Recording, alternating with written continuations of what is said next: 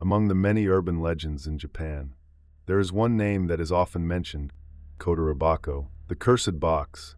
Its fame is so great that it has even been adapted into movies, manga, and games, and continues to circulate to this day. Some people say it is nothing more than a scary story made up by internet users, but others believe that behind it lies a trace of real history and a genuine curse. It is exactly because no one can tell whether it is true or falses that this legend feels especially terrifying. The story first appeared on an online forum, where a Japanese user posted what he claimed to be his own personal experience. His writing was detailed and vivid, so at first, people thought it was just a piece of creative horror fiction. But as more and more readers dug deeper, checking records and comparing clues, they discovered that many of the settings and details in the story overlapped shockingly with real history. What follows is the full account of this tale. One of the people involved was a young man named Shinji.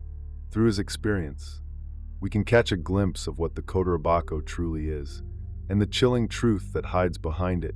Several years ago, on what seemed like an ordinary night, a young man named Shinji went out to meet 3 of his friends.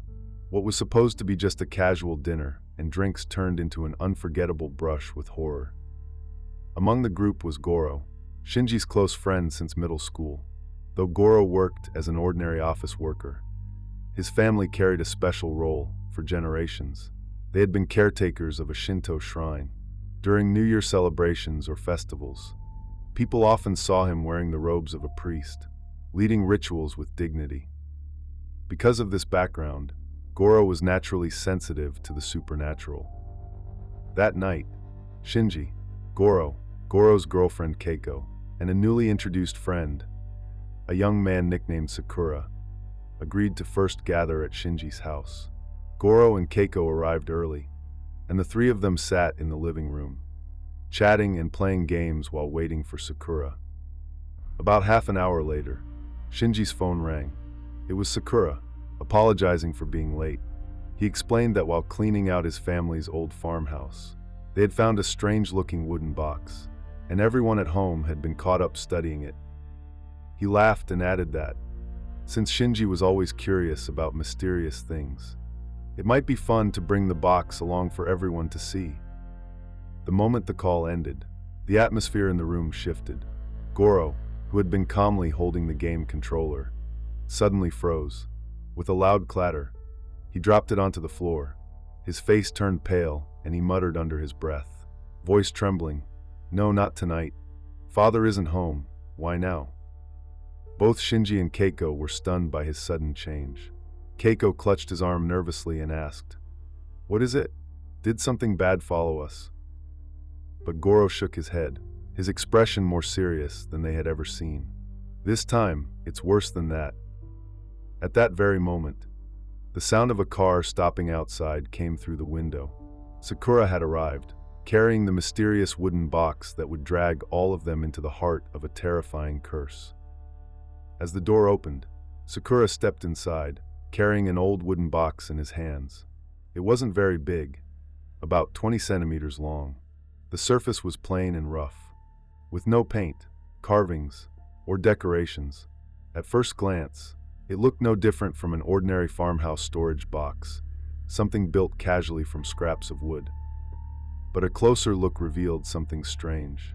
The box had no visible lid, no lock, not even a seam where it could be opened. The wooden pieces were fitted tightly together like a puzzle, with no gaps. Even more unsettling, when Sakura set it down, the box gave off a faint rattling sound, as if something solid inside was moving and knocking against the walls. Curious, Shinji picked it up and placed it on the table. He gave it a gentle shake, and again heard the soft sound from within. His interest was piqued. What could be sealed inside such a perfectly closed box? But Goro's reaction was completely different. The moment his eyes fell on the box, his entire body stiffened, his face drained of color. Then he shouted, his voice sharp and panicked, "Don't touch it. Put it down right now." The box fell to the floor with a dull thud, rolling a few times before coming to rest at their feet. Goro's expression grew even more horrified. He clutched his mouth as if to stop himself from retching, then suddenly bolted toward the bathroom. Moments later, the sound of violent gagging echoed from behind the door. Keiko rushed after him, banging on the door in alarm. "Are you okay? What's wrong?" But Goro gave no answer, only the miserable sound of vomiting.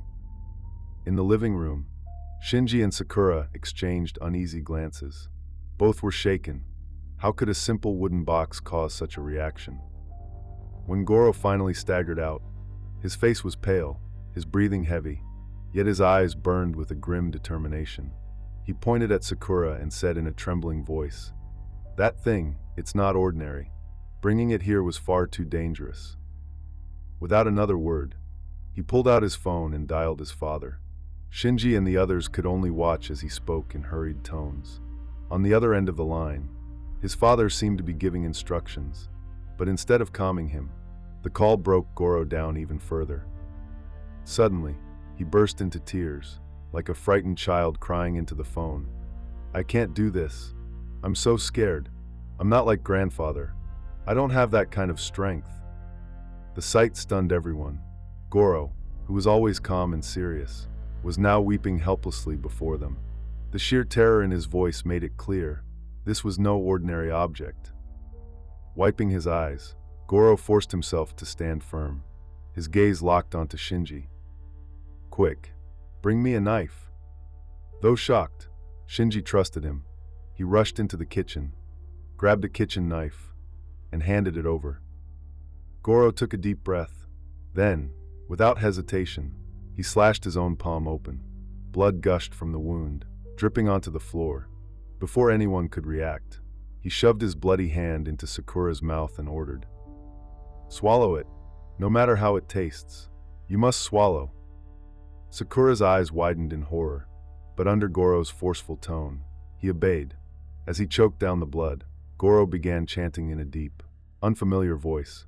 The sound was low and rhythmic, like a priest reciting sutras inside a dark shrine. The effect was immediate. Sakura's face grew pale, his eyes unfocused, tears streaming down as if his soul were being pulled away. Then suddenly, he gagged violently and vomited onto the floor.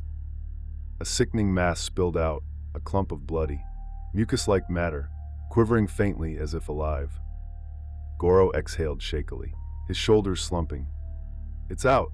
I managed to pull it out." But his relief was short-lived, for on the table, the wooden box began to tremble on its own. At first, just a faint quiver. Then, like an animal trapped inside, it rattled harder and harder, as if something within was struggling to break free. The entire room froze, every breath caught in their throats. The trembling of the wooden box lasted only a few seconds before it slowly came to a stop. The living room fell into complete silence. No one dared to move, and the only sound was the heavy breathing of those inside. Goro was drenched in sweat, his expression stiff. He knew it wasn't over. To keep the box from moving again, he grabbed a towel and tightly bound it together with his bleeding hand, pressing his palm against the surface, as if his blood itself was sealing it shut. Goro was pale, exhausted, and nearly collapsed, but he forced himself to speak. "It's suppressed for now. Don't get close to it."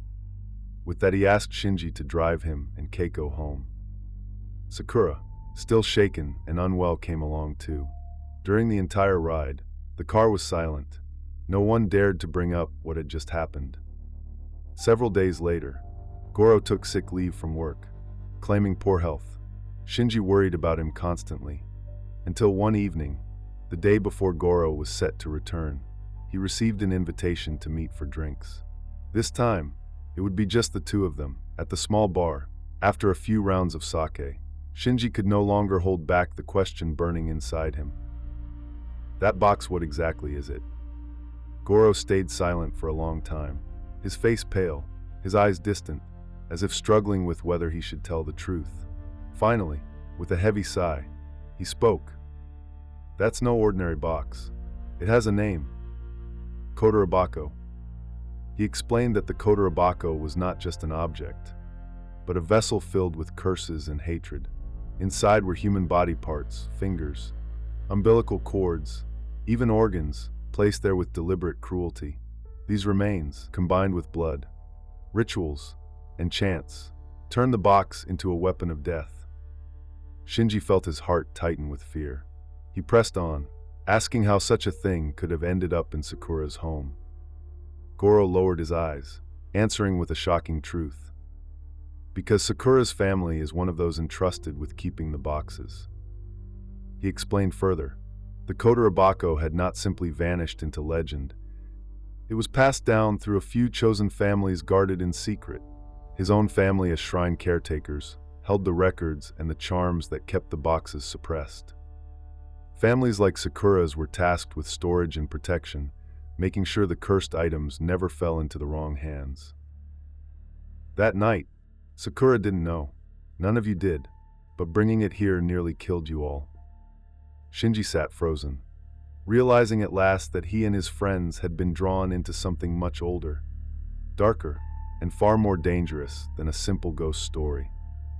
And yet, this was only the beginning. Another voice, an elder who had lived with the secret for decades, was about to reveal even deeper truths. Although Sakura had survived that terrifying night, his unease only grew stronger. A few days later, he noticed that his elderly neighbor, Grandpa Jiro, seemed unusually concerned about the old farmhouse. When Sakura's family planned to tear the building down, Grandpa Jiro rushed out in panic, blocking the workers and shouting, "You must not destroy it. This place cannot be touched." His reaction was far too intense, far beyond what anyone would expect from a simple neighbor. Sakura realized then, Jiro must know something about the box. After careful questioning, the old man finally admitted the truth. The Kotoribako had not been abandoned by accident.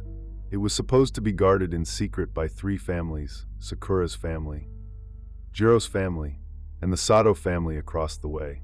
They were meant to take turns keeping it safe. Soon after, a meeting was held at Sakura's house. Present were Sakura's parents and grandmother, Shinji, Goro, Keiko, and Grandpa Jiro himself. The atmosphere was heavy as everyone sat in silence. Waiting for the elder to speak, Jiro spoke with a trembling voice. For generations, he explained, these three families had carried the duty of guarding the Kotoribako. Each family head would watch over it until death, then pass the responsibility to the next successor. During that time, they had to bring charms from the shrine and attach them to the box, weakening its curse little by little. But when Sakura's grandfather suddenly passed away, the chain of inheritance was broken. Jiro admitted that he should have taken over, but he was terrified. Fearing the curse, he and the Sato family chose to look the other way, leaving the box hidden in Sakura's farmhouse, pretending it had been forgotten. As he confessed, tears streamed down his face. He bowed low, his forehead knocking against the floor as he cried. "It was my fault, all my fault. If Goro hadn't been there that night, Sakura would be dead." Sakura, however, did not feel anger. Instead, her curiosity only deepened. She looked at Goro and said with determination, "Since we're no longer outsiders, please tell us everything about the Kotoribako. We have the right to know." The true history of the Kotoribako stretches back more than 100 years. In those days, Japan was a land scarred by strict class divisions. Certain communities were branded as outcasts, forced to do the dirtiest, harshest labor, paid almost nothing, and burdened with heavy taxes. Among them was a small, remote settlement we will call Village A. For generations, its people lived under humiliation, crushed by discrimination and poverty. Resentment festered in their hearts. They longed for dignity but had no power to resist. One day, a wounded stranger stumbled into the village. His name was Kin, a deserter from a defeated army. At first, the villagers wanted to kill him, fearing trouble if outsiders learned they had sheltered an enemy soldier. But Kin pleaded for his life, offering a trade. He claimed he knew how to create a terrible weapon, one that could curse and destroy their oppressors. That weapon was the Kotoribako. According to Kin, the box had to be built from carefully cut wooden pieces. fitted together so tightly that no seam could be seen. Inside, it must be filled with blood from a female animal. Then came the cruelest step. Parts of children's bodies had to be sealed inside, along with their hatred. Newborns offered their umbilical cords and a piece of finger. Older children gave other body parts. The more children sacrificed, the stronger the Kotoribako. Kin even demanded one special box. And Hakai, that required 8 children. Once completed, the villagers tested its power. A young woman and child were locked in a room with the box. Soon, both collapsed, their bodies bleeding from eyes and mouth, their organs rotting within minutes. The curse had worked. The people of Village A, long crushed under cruelty, now held a weapon of terror. They sent one of the cursed boxes as tribute to the local officials who had oppressed them. Within a night, the official's household, his wife, daughters, and all the children died vomiting blood. From then on, no one dared mistreat the villagers. For 13 years, the cursed boxes defended them, but at a terrible cost, dozens of children sacrificed, and countless lives warped by hatred. Eventually, the villagers realized the danger. It was then decided the Kotoribako must be suppressed, not used. Representatives of the village sought help from the local shrine. The shrine's priest, an ancestor of Goro's family, agreed to devise a plan. Each box would be weakened over time by charms and rituals, until safe enough to be destroyed. And so, the burden was passed to certain families, Sakuras, Jiros, and others, who would guard the boxes across generations. A duty born not from choice, but from the sins of the past. And so, the cursed legacy of the Kotoribako lived on. Even today, its shadow lingers in whispers, arguments, and speculation on the internet. Many believe the tale is nothing more than fiction, an elaborate horror story born from imagination, but others are not so sure. Some researchers noticed the details matched with fragments of Japanese history, particularly the lives of outcast groups once labeled as Ada or Heinen. These communities truly suffered terrible discrimination. They were forced into unclean work, despised by society, and treated as less than human. It is within this environment of despair that a legend like the Kotoribako could have been born. There are also unsettling similarities with old Asian sorcery practices. In China, there was a black art known as gu, where venomous insects were sealed together in a jar until only one survived, believed to carry deadly curse power. In Japan, records from the Heian era describe rituals of binding spirits into objects, or creating cursed vessels from the remains of animals. The Kotoribako feels like a darker, more twisted extension of these traditions. So was the Kotoribako real, or just a clever invention? One thing is certain, whether real or not, the Kotoribako forces us to confront the darkest corners of human nature. Hatred, once given form, can outlive generations. And sometimes, the scariest stories are not about ghosts at all, but about people,